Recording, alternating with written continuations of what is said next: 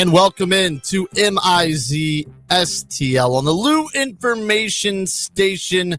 Grant Salzman, Brendan Schaefer, Hannah Barton here with you. We got a big show, guys. It's hate week. Mizzou versus KU in the Border War Showdown. And we're going to recap all things SEC. Some teams looked pretty bad. Some teams looked good. One of those teams that looked good is Hannah's team, the South Carolina Gamecocks. That's right. Gamecocks coming away with a win in Atlanta over Virginia Tech. Brendan, we didn't have there wasn't anything we had to stress out about this weekend. We had a nice, relaxing weekend, and we could hate watch other teams if you wanted to. Yeah, that was the opportunity. A lot of SEC teams in action. You mentioned the good win for South Carolina. On the upside, you can say, wow, exciting to see what LSU was able to do in the other Death Valley at Clemson. And then you can certainly pick your sampling of the downside with a team like Alabama losing outright as a 2-touchdown favorite to Florida State. A lot going on across the SEC in week one, but you said it off the top, Grant. It is that KU matchup looming for Saturday from a Mizzou perspective. That is just about all I can think about this week. Yeah, it's like I'm counting down every single second to the big one. I believe the series is 56 wins for Missouri, 55 wins for Kansas, and I don't know, 5 to 6 to 7. I'm not sure the exact number of ties in there as well, but in the early days, there were quite a few. The favorite score, Brendan, when I was looking back, was a 4-4 tie in like 1906. That would have been a heck of a game to be at. Yeah, a defensive struggle for sure. I don't think you're going to get many safeties in this one, but I guess you never know. So, Hannah, then from an outside perspective, what do you make of this Missouri-Kansas game and this Missouri team as a whole after the performance on Thursday? Yeah, I mean, obviously, Missouri, as you mentioned, had a little bit of a lighter start with Central Arkansas, but still, I mean, lots to be impressed about. I think, last week we talked about what was going to be things that would get Missouri fans excited. What would they be happy to see? I mean, obviously, you've got yourself a quarterback, without a doubt. You've got yourself a really explosive backfield, and I think it'll be what better way to truly test where this team is at against a higher caliber team compared to last week than with a rivalry, seeing how they do in that pressure situation. As someone that with a fan base and a team that has its own non-con but Power 4 rivalry that's a little bit geographically based, it's always exciting, and I think having it early on in the season is really good to kind of be a good early season test and also reignite a spark a little bit after, an easier game last week. Yeah, reignite a spark indeed. First game since 2010. It's been a long time since the Tigers and the or 2011, isn't it, Brendan? It's 2011 since the Tigers and Jayhawks squared off. Now, Brendan, I don't want to throw you under the bus, but you are a little older than Hannah and I, and you. Whoa. No, I say you are not old, but you are old enough to remember Mizzou and Kansas playing every year, and Mizzou and Kansas playing the last game of the season normally against each other. What do you prefer now that it's going to happen in week 2 in September, that late October, November game, or this early test to start the year? Well, I mean, it's definitely better when it was a conference game and it was the rivalry game to end the season, and it had implications at times in the Big 12 standings when both teams, it was rare, but there were times where both teams were toward the top. 2007 is still the biggest in the history of the rivalry. Yeah. I'm just glad they're playing the game again. Like when I was a freshman at Mizzou was the first year they didn't. So my first year was 2012 when Mizzou moved over to the SEC. But I grew up a Mizzou fan, and so certainly remember very fondly some of those games between Mizzou and KU, and the phrase sod racing very much means something to me. So I'm pumped just to have the game back. I wish they'd play it on an annual basis. I know that there's, the Illinois series is sprinkled into the future scheduling consideration, and with the way the SEC is going to 9 games, I don't think you can probably do the Mizzou KU thing every year because you're going to play some other power conference opponents as well. But I want to see this game played as much as possible.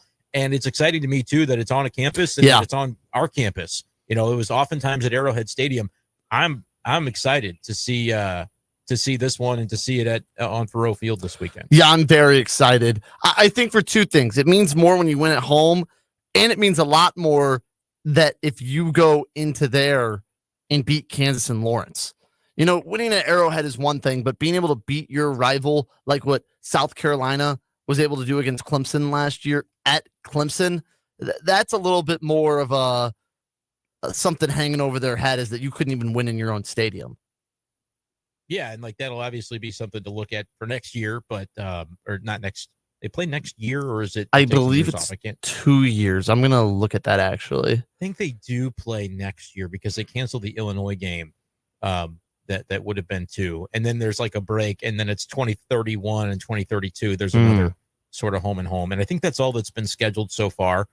But yeah, it's to have that game on campus and to have it on Mizzou's campus for the first time that the game has been played in close to 15 years is going to be crazy. And we know there's a lot of construction going on around the stadium, so make sure you know what side of the stadium you are supposed to enter and have a map and plan accordingly, because it's going to be crowded, it's going to be congested, but it's worth it. It's going to be a fun day on Saturday. Mizzou does play at Kansas next year, September 12th. So, Hannah, I know we're an SEC show talking about the SEC, but what do you know about Kansas, and what threats do they pose to Missouri on Saturday?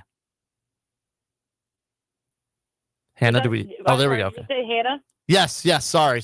Oh, okay, perfect. Yes, obviously Kansas, they've got a couple games under their belt already, and kind of similar to Mizzou, where they played, some lower caliber teams. But I think for one, it'll be a really interesting quarterback battle. I think Kansas has got a strong quarterback, and I think it's going to be a really good test to see if Mizzou's defense is still as strong as they've been in recent years, as they've continued to get better. Kansas also has a really good defense. Of course, as I mentioned, the opponents they've played haven't been anything super strong, but their defense has only allowed, I think it's 14 points total in their first 2 games. So definitely will be a strong defense. I think it'll be a really good test for Bo Bravula and for Hardy as well, to see how productive they can be against a stronger defense. Yeah, with Jalen Daniels, obviously, he's a huge threat for the Jayhawks. Not Jaden Daniels, who plays for the Commanders. Not to be confused. Jalen Daniels. Kansas has played Fresno State, and Wagner handled both handedly. Brendan, I have just been under the impression that I think this Mizzou front 7 is so much better than Kansas' own O-line, something that they've had problems with leading up to the year for Kansas. But then there's that X factor, the guy that kind of makes the difference, and it's Jalen Daniels with his legs. Even if you get through the O-line and pressure him, that's one thing. The second part of the equation is finding a way to bring him down and not let him make another play. Yeah, and thinking about even last year, a guy like Morris Sellers in the South Carolina game, they just couldn't bring him to the ground at times where they needed to. And so what does that end up looking like against Jalen Daniels? Is going to be obviously critical into what happens on Saturday. I thought it was interesting. I read this from a tweet by Gabe DeArmond for Power Mizzou, and he said that Drinkwitz in his presser on Tuesday said that Mizzou has, quote, never played anyone like Kansas quarterback Jalen Daniels, which isn't true. It's not true. It's a lie, but it's the kind of lie that you tell on your Tuesday presser ahead of a game like this one. I just hope Mizzou is a different defensive coordinator then, but I hope there's a better plan for Jalen Daniels than the one that came against Jaden Daniels, because that was the exact wrong kind of way to approach it when they faced Jaden Daniels under Blake Baker as the DC a couple of years ago. And last year, Mizzou faced mobile quarterbacks, guys that can do damage with their legs. Obviously, Sellers is a little bit different in that he can also run through you and break tackles. Jalen is going to be very slippery in that ilk of a Jaden Daniels, I think. Diego Pavia, they played some guys like that. Even Thomas Castellanos was kind of a slippery guy like that. I'll be curious to see, all right, after playing a bunch of mobile quarterbacks last year, what's the approach going to be against Jalen Daniels? Do you try to contain him into the pocket? Do you try to make sure he can't beat you with his legs? There's going to be some interesting questions for Corey Batoon, I think, to answer this week. But as long as they are respecting their opponent, understanding that Jalen Daniels is that X factor, hopefully they're able to come up with a plan for how to contain him. It's not that they're going to completely shut him down, but avoid the sort of special plays that he can make, and I think that'll be a good plan defensively. Yeah, and another thing I was going to, as you brought up Castellanos, I think this game reminds me a lot of that BC game last year on paper, taking out all the extra, which is impossible to do. But if just the teams, I think you come in a Kansas team that's probably a little overhyped, just like BC was last year. Mizzou is definitely the more talented team than Kansas, and they have a slippery mobile quarterback like that. Now, here's the thing. I think Kansas is probably a little better than the BC team we saw last year, and Missouri let BC hang around in that game. They were up, I believe, at one point 17-7, then it was 17-14. Mizzou then took a 10-point lead, and they just let BC hang, and BC had the ball last. It took a big stop from Mizzou to win that game. That's something you can't allow to happen this year against Kansas. You cannot let the Jayhawks just hang around. You have to find a way to be up multiple possessions in this fourth quarter. And you mentioned the mindset against Jaden Daniels 2 years ago with LSU is let's sit back. Let's not let him beat him with his legs. And he picked you apart with his arm, and then eventually picked you apart with his legs as well. Yeah. You put pressure on Castellanos. He threw for 249 yards and 3 touchdowns, but 2 picks. It worked a little bit better. You put pressure on Sellers in that second half against South Carolina. Mizzou found something until the last drive. Sellers was not good. He didn't throw the ball well in the second half. They were hitting him, making him a little nervous in the pocket. Obviously, South Carolina won that game last year, Hannah. But I think that's what you have to do. You need Jalen Daniels to get happy feet. Hit him so often in that pocket that he's breaking the pocket when he doesn't have to and running right into your contain. So I think it needs to be pressure, but the rushing lane integrity needs to stay strong. Maybe you have one spy back. Maybe this is a game where Khalil Jacobs will play a little bit more with that speed that he has, but it has to be 4 or 5 men front, get pressure on him, exotic blitzes. I mean, a bad O-line that doesn't know what they're not bad. A young, fresh O-line, run stunts at them, confuse them, get free rushers in there. And by the second half, hopefully Daniels is so worried about getting hit that he's making poor decisions. Yeah, because we've seen Kansas O-line, maybe it's a weakness. The front seven has got to, for Mizzou, get home. Yes. I mean, you just have to have their best. I know it's the second game, but you have to have your best game of the season, I think, in this one because of the quarterback that you're facing and the way that, you can get him kind of off of his game is to bring that pressure and to bring it, like you said, in a variety of ways to where they don't always know what to expect, I think is going to be a key as well. And like we talk about, Kansas hasn't really played anybody. The one thing that, they might be better than we think, beating Fresno State the way that they did, and Fresno State didn't play a great team this past week, but they won by a lot. They played Georgia Southern, I believe. Yeah, and that was like a 42-14 or something. It was a blowout win for Fresno, and so you use that transitive property and say, all right, at least respect it. The one team that Kansas did play in the FBS got a big win over an FBS team the following week. Yeah. So it's going to be a fight. I mean, the spread is Mizzou -6 or whatever it is. I've seen some people say, man, I thought it'd be higher. I don't even know if Mizzou covers that. There's going to be a one-possession game, in my opinion, and you just got to make sure you're on the right end of it and be ready for a fight. Don't go in thinking we're better than Kansas, and so you kind of, you roll in there like you're supposed to win. Those are the games that you end up dropping. It's hard to call it a trap game because this is as highly anticipated of a game as we've had in a long, long time at Mizzou, but it's the rivalry part of it that we're anticipating a little bit more so than, hey, this is actually a pretty solid football team on the other side. So big news out of Kansas, linebacker, edge rusher, Bengali Kamara, probably their best edge rusher, is out. He will miss at least a few weeks and will be out for the game against Missouri. So let's move on a little bit. Let's talk bigger picture SEC. Brendan and I will have more Mizzou for sure on Friday on these airwaves if we don't get back to them today. Hannah, tell us about South Carolina. They took on Virginia Tech in the Beamer Bowl, and they looked okay. I think would that be a fair way to put it? They looked fine. Yes, I would agree with that. I think their first few minutes and their last few minutes, they looked good. They Yes. looked like a good – I mean, their first drive, I'm sitting here as a Gamecock fan going, oh, thank goodness we're living up to all the hype and more. This is our season. And then you kind of fizzle out a little bit. You have a lot of early on errors. And I think the reality of it is anyone that's followed the South Carolina program in recent years, we've always struggled a bit week one. I mean, even last season where we, had the season that we did and finished the way we did, it was a close game against Old Dominion for week one last year. And so I think going into Virginia Tech, you always want to be a little bit cautiously optimistic, and this is Virginia Tech is not Old Dominion.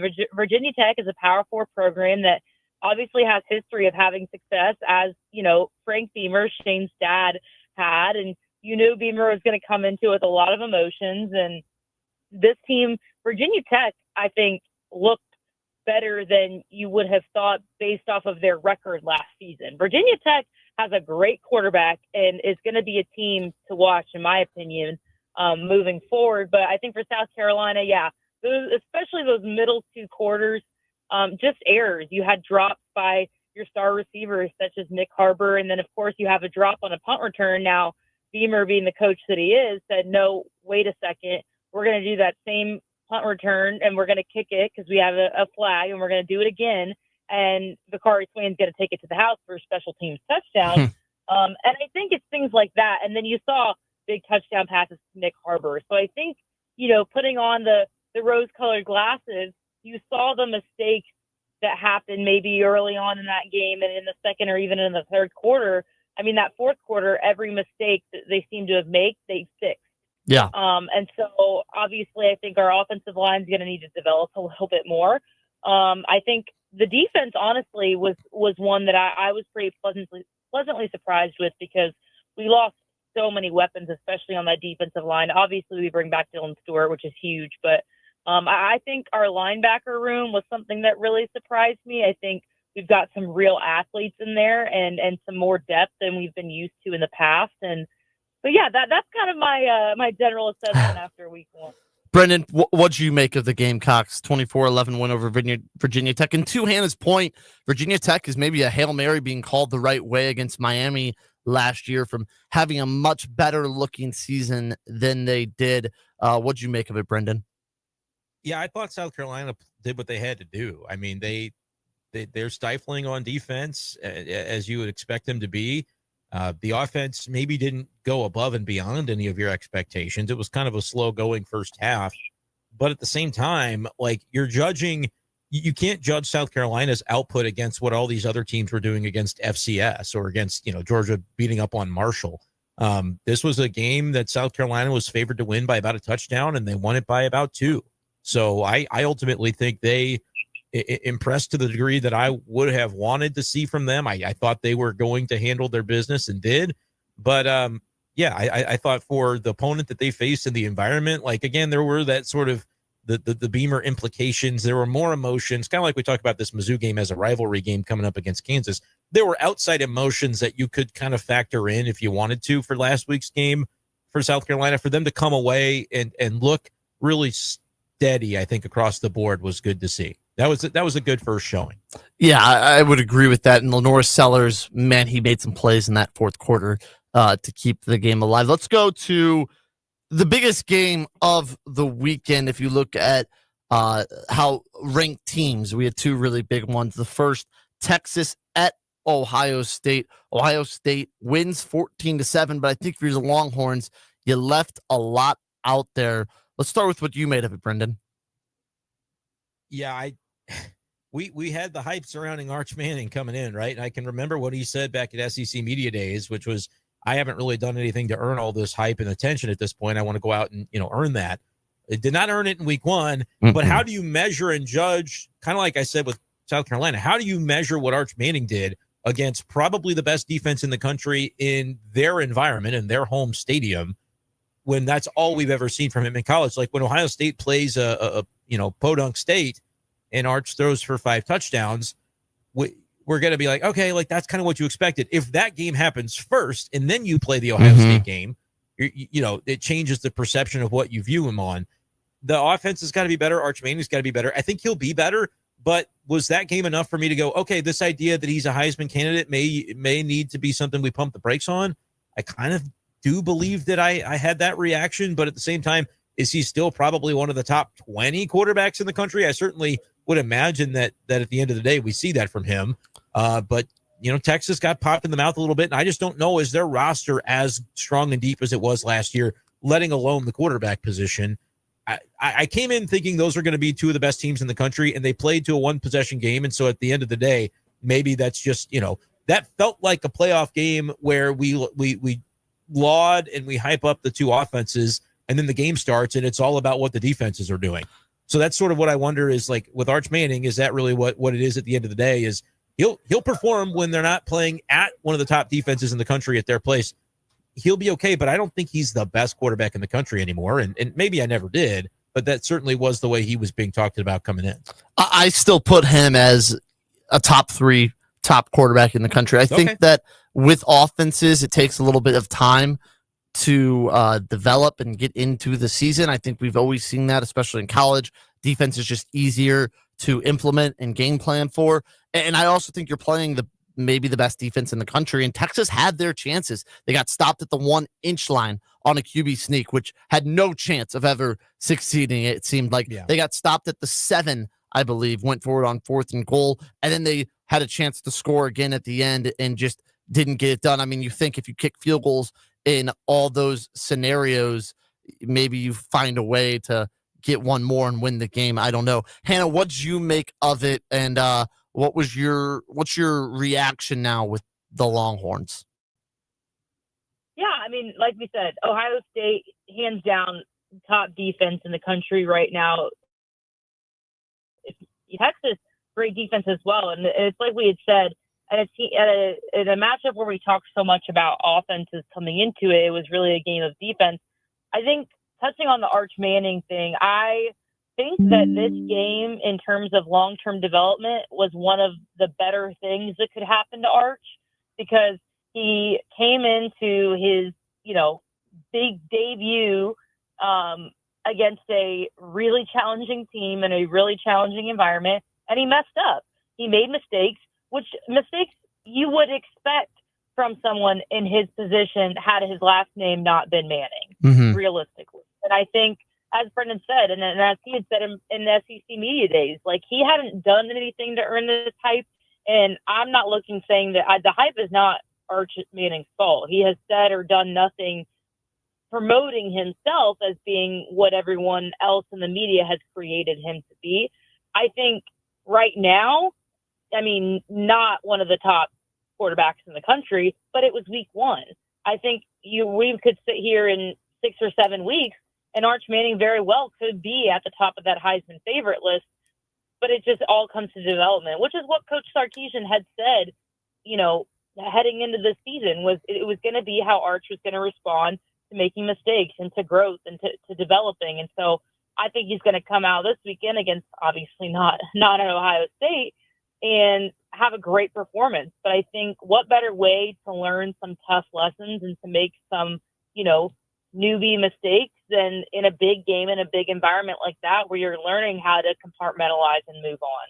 Yeah, I'd have to agree with that. Let's take a quick break. When we come back, I want to talk a little bit about some of the other games that happened. Tennessee had a competitive game for a little bit. LSU had a big win, in Alabama, well, they're a little bit in turmoil. And we're going to rank our top 5 SEC teams currently, see if there are any changes after week 1. This is MIZ-STL on the Loot Information Station. We're also live and on demand at lootinfo.com. We'll be back right after this quick break. In your city with Kelly and Gordon. It's the hottest happy hour in STL.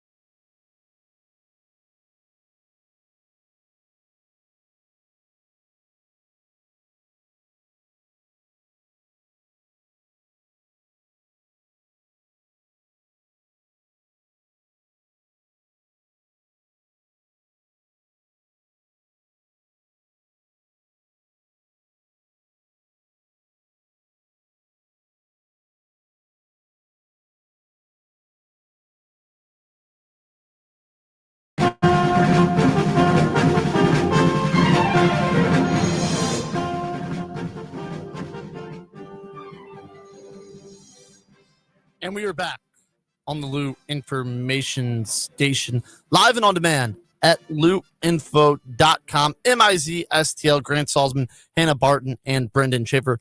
Brendan, for those of everybody watching on the YouTube, is that a Royals shirt you have on? It is a Royals shirt, but I can justify it by it's Bo Jackson. Okay. It's the Bo Jackson Topps card from whatever year. All right. I just feel like that's a little close, but that's fine. No, it's more about it's a Bo Jackson shirt. It happens to say Royals on it. But Okay. That's why I think it's okay to wear. Couldn't be Raiders or something like that, but all right, that's fine. It's a Okay. baseball card. What do you Okay. want? Okay. Guys in the College Football Hall of Fame. He's got an exhibit up in there. That's fair. Down at SEC Media Days, we saw it. Just saying. That's fair. Did some baseball, did some football. Pretty cool guy. We did see it. We did. Yep. Let's go to So there you go, Tallahassee, where Okay. the Crimson Tide were destroyed 31-17, and people in Tuscaloosa are losing their minds. What's going on down there in Alabama? Because I still think this team isn't bad. Like, I still think they can win 10 games and make the playoffs, but this certainly was not the way to start the season, Brendan. Yeah, it wasn't. And it did change my opinion on Alabama. Like, I no longer consider Alabama to be Missouri's toughest game on the schedule. And from that game alone, because Florida State was terrible last year, and I know they reloaded through the portal, and so like let's assume that they're better this year, that they're like an 8-win, 9-win team. But and look, I think that helps a ton, and he's going to be a head coach somewhere next year, maybe even in the SEC. But I look at it and say Alabama's got some issues. Kalen DeBoer's got some issues. I don't know what kind of season they're going to have. They're not going to go 2-10 or whatever Florida State did last year. But Alabama could be this year's Florida State in that they woefully underachieve and have to answer for whatever that looks like. And their coach is going to have to answer for whatever that looks like. This could be like a 7-win Alabama season, and it wouldn't stun me after what we saw in that first game. That'd be crazy. Hannah, what'd you make of the beatdown in Tallahassee? I mean, I agree with Brendan. I do remember, I think, when Brendan and I were doing our team previews and we touched on Alabama, I had said, don't write off Florida State because you just don't know. I mean, a program wasn't that as good as they were 2 years ago and not have some capability to rebuild, which obviously they were able to do. And it was on the road. However, when I shared that, I didn't wholeheartedly believe that we'd be sitting here right now saying that Alabama lost to Florida State 31-17 in the way that they did. I think there is a lot to be concerned about down in Tuscaloosa. I am never one to jump to, fire the coach, get rid of the coach. The coach is the problem.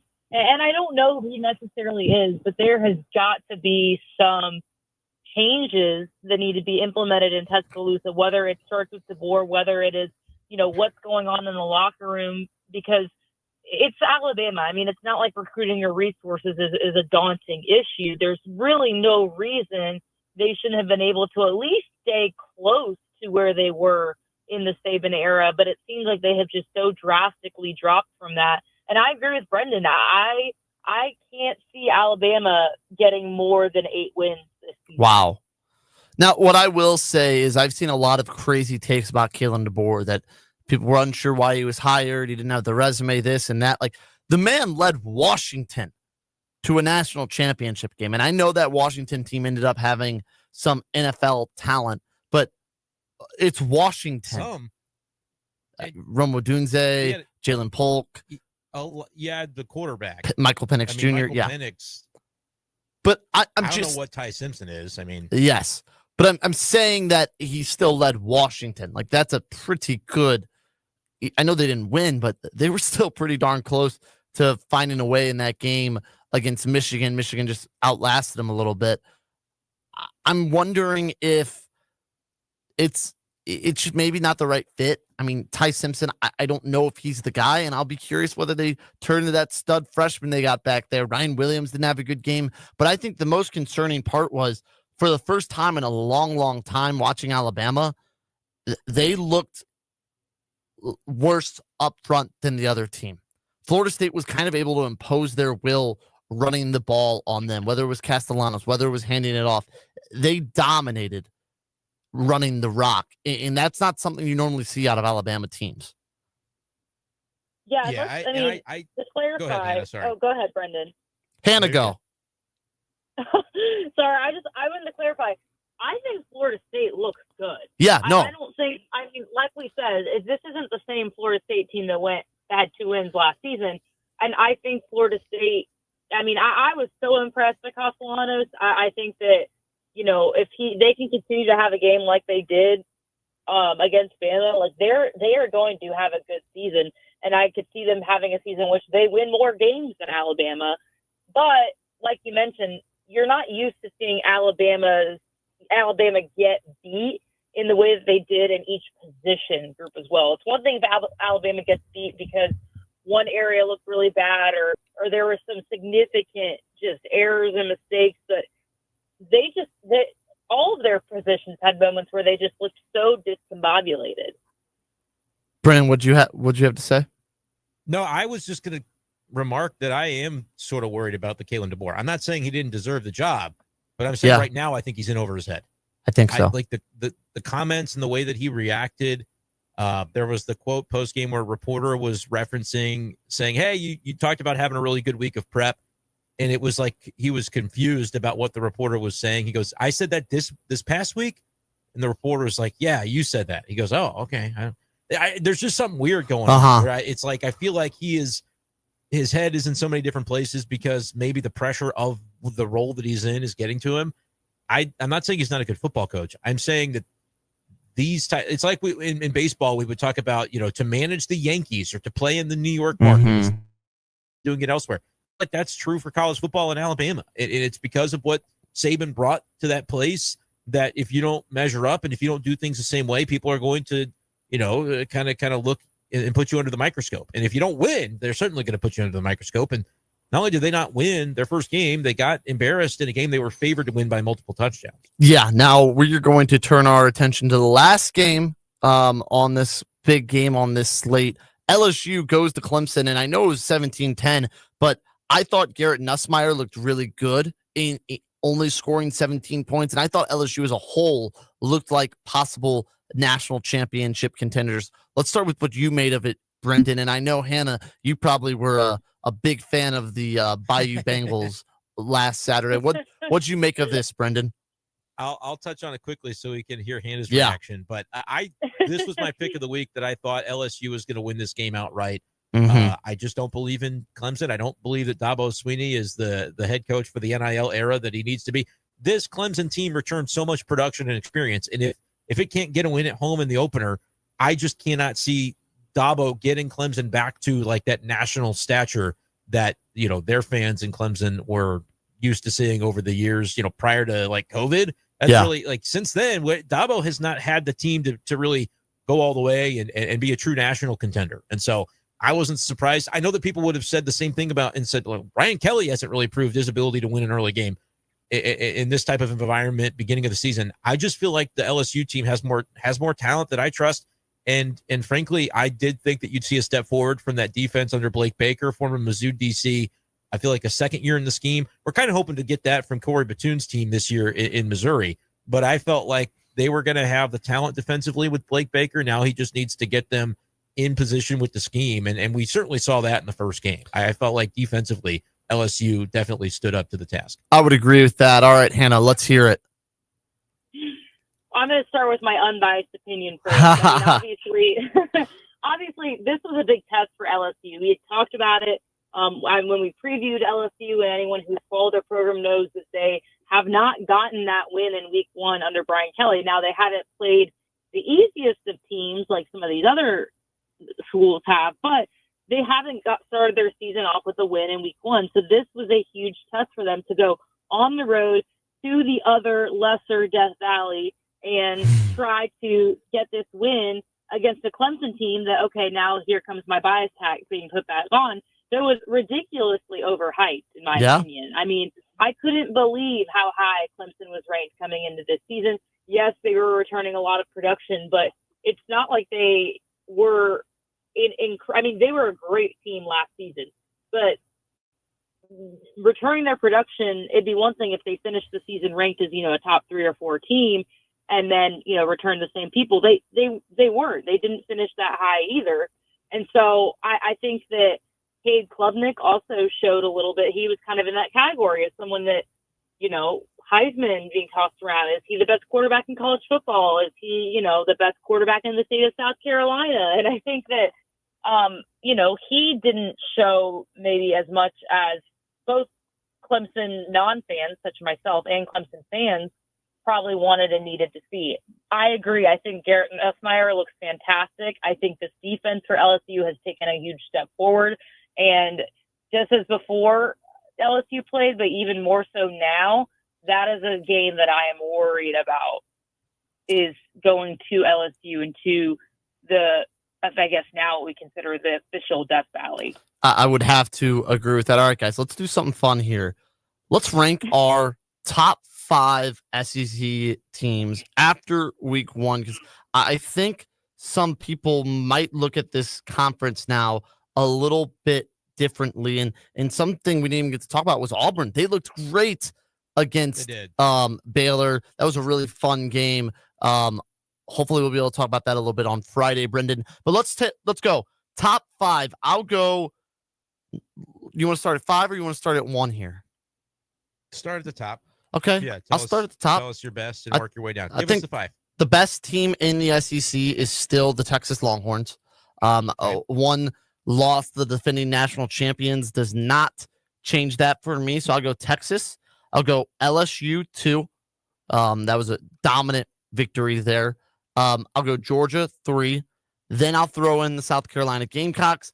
And I think I will finish out with the Florida Gators. Yeah, and it's hard to discern anything from Florida. They played a nobody FCS and won 55-0. But I do think that Long Island it's going to be very interesting to see from them moving forward. Yeah, man, I don't know about the Texas thing. They're top 5. They're somewhere in my 5 for sure. But I don't know if I can say they're number 1. But how many SEC teams are going to go in and hang within a touchdown of Ohio State at Ohio State? So I could tentatively say I'm very much, it's up for grabs. If I was just basing it on week 1, I might go LSU. Yeah. Because that was an impressive win. But I think really any of the first 3 after just 1 week, you could put in whatever order. And I don't think I count South Carolina out of that either, because they had a win in a neutral site against a power opponent and they looked pretty darn good in the process.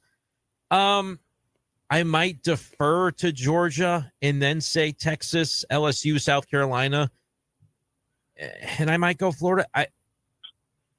It's tough. I would say Tennessee as well. Yeah. Probably gets the nod actually for me for the moment over Florida, because they beat Syracuse by 19. They were supposed to beat them by a couple touchdowns. They look better than I thought they would. Maybe Syracuse isn't any good.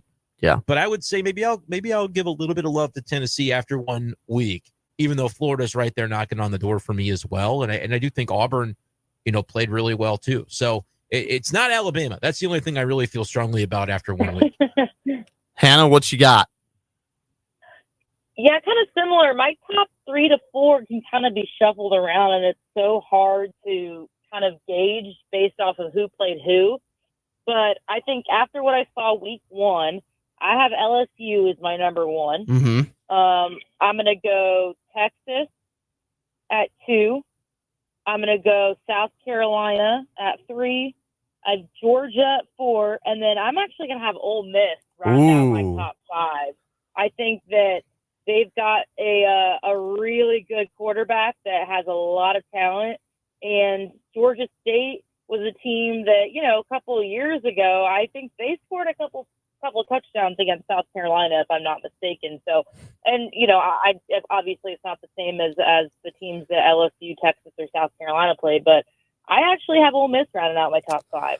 Well, that leads me to our next quick discussion, looking ahead to Saturday as we wrap up this show. Ole Miss travels to Kentucky. Now, they lost to Kentucky last year at home.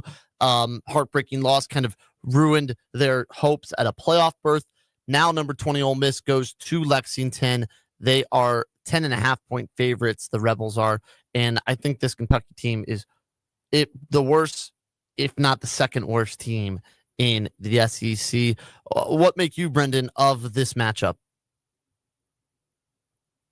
Which matchup is that? This is the Ole Miss Rebels against the Kentucky Wildcats. I think Ole Miss is gonna. Yeah. I think Ole Miss is going to roll them. Mhm. I mean, you think to last year, that's probably the only reason Ole Miss didn't make the playoff is not being able to handle Kentucky. So I know the venue switches, but I would say I haven't seen a point spread on this, but whatever 10.5. it is, that's not enough. I actually love that pick on the spread for Ole Miss. And we'll be picking them on Friday. Hannah, what do you see in this Ole Miss Kentucky matchup? And is there any hope for the Wildcats springing an upset? I don't think so. I think after last year's matchup, how it went, I think Ole Miss is going to be fired up. I think they're going to be ready. You know, after getting a really good start against Georgia State last week, they're thinking, what better way to start SEC play than with someone that upset us last year? And we're going to go to their field, and like Brennan said, I think they're going to roll them. A game I just want to say that I'm actually really interested to watch, and not just because I grew up in this state, is USF and Florida. Ooh. Because I don't know if anyone watched USF versus they looked very good. But they looked good, and don't get me wrong, Florida looked incredible the past a couple days ago as well. But that's always one that my Florida heart, as someone growing up right outside of Tampa, I'm always going to have a soft spot for the Bulls. And so that is a game that is circled on my schedule. I wouldn't disagree with you. One, and this will be the last one we discuss, because Brendan and I will discuss Michigan at Oklahoma on Friday, but something tricky and something interesting. Number 12, Arizona State, going to Starkville to take on Mississippi State, a road SEC game for this Big 12 power. I think it's going to be really interesting, Brendan. What do you make of it? Road SEC game for who? For the Arizona State Sun Devils traveling to Mississippi State. Yeah, I don't think Arizona State's going to be who they were last year. No, but what do you know the spread on this? It's a 7-point spread. Arizona State for ASU. Yeah, I think it'll be a close game. Look, I don't mind Mississippi State this year. I think people were thinking they were going to go in and lose to Southern Miss last week. And I was like, I don't really think so. There's a talent gap here. And there was that they handled their business just fine. I didn't think a lot of Arizona State last year because I didn't think a lot of the Big 12 last year. Now, obviously, they made the playoff and look good. But I also think that Mississippi State is playing for some pride to kind of turn their program around. Yeah. I don't know if Mississippi State wins it, but I think even on the spread, I might lean SEC when it comes to that one as well. I think it'll be a compelling matchup. What do you think of it, Hannah, being down south a little bit more? Mississippi State obviously supposed to be one of the lesser teams in the SEC, but I think they can give the Sun Devils a run for their money. I agree. I think that it's going to be close. I think that as a program, Mississippi State needs this win just from a morale standpoint. And I think it would be, and I was one of those people where I was looking at that Mississippi State Southern Miss game going, ooh, it's going to be close. I really hope that, Mississippi State doesn't start off with a loss to them. And they surprised me a little bit. I was pleasantly surprised. I agree. I don't think Arizona State is going to look like the team that they did last year. My SEC heart is always going to root for the SEC team, especially when it's at home. So I think it's going to be close. I would agree where I'm going to lean towards the SEC and want Mississippi State to win, but I have a feeling that Arizona State is just going to edge them out. Now, Hannah, my last question for you. Kansas at Missouri this Saturday. What's your score prediction? Who wins the border war? I'm going Mizzou wins the border war 24-21. Oh, man. You're going to make us earn it. You're going to make a kicker make a kick eventually. Yeah, I got to. So I'm going to go 24-21. Mizzou takes the win. All that matters, Brendan, don't worry about covering the spread. Don't worry about killing them. Nope. Just win the game. Just win the game. Win the game. Just win. Find a way to win it. If it's 24-21, obviously I have more heart palpitations on Saturday than I prefer. But at the end of it, if that's the result, I'll live with it. However it comes, I will live with it if it's a win. you do mention the kicker, knowing that Blake Craig is officially out for the season with the ACL. It'll be Robert Meyer as a true freshman that handles the kicking duties. Hopefully, if his number is called, he's able to get one. I'd love to see him. I'd love to see him get one early. I don't, because I'd rather Mizzou just score touchdowns. But if there's a 38-yarder that he can put through, or that it just makes sense to go for a field goal instead of a touchdown or a fourth down conversion, getting one of those out of the way could be good, just because they might need him late in the game to be able to seal it. I do think it's going to be close, so I can't really poo-poo Hannah's prediction there. I think a one-possession game is in the cards. Yeah, how about like a late second half to send you to halftime 35-yard field goal when you didn't have enough time to score a touchdown? I think we'd all take that. Well, for Brennan... No, I was thinking last 30 seconds down to the wire. Oh my gosh. Have to step up and earn the win against the rival. That's television. That's cinematic. Hannah, no. Please. She hates us. How about it's a Kansas scores at the last second and they need an onside kick after. That's what I want to see. A little less nerds. I'm all for that. Onside kick. No. Let's do it. Okay, Hannah doesn't like us at all. That's all the time we have today on MIZ-STL on the Lou Information Station. For Hannah Barton, Brendan Schaefer, I'm Grant Salzman. Thank you, everyone, for joining us. And we have a special show tonight at 6 o'clock, so make sure you stay tuned on the Lou Info YouTube and STL Sports Central YouTubes to follow along. Brendan and I will be there giving you all the Missouri versus KU, joining with some former players as well. So that's all the time we have. Brendan and I will be back again Friday morning at 10. This is the Lou Information Station, live and on demand at louinfo.com. You've been strong for everyone else, but let me ask you, who is strong for you?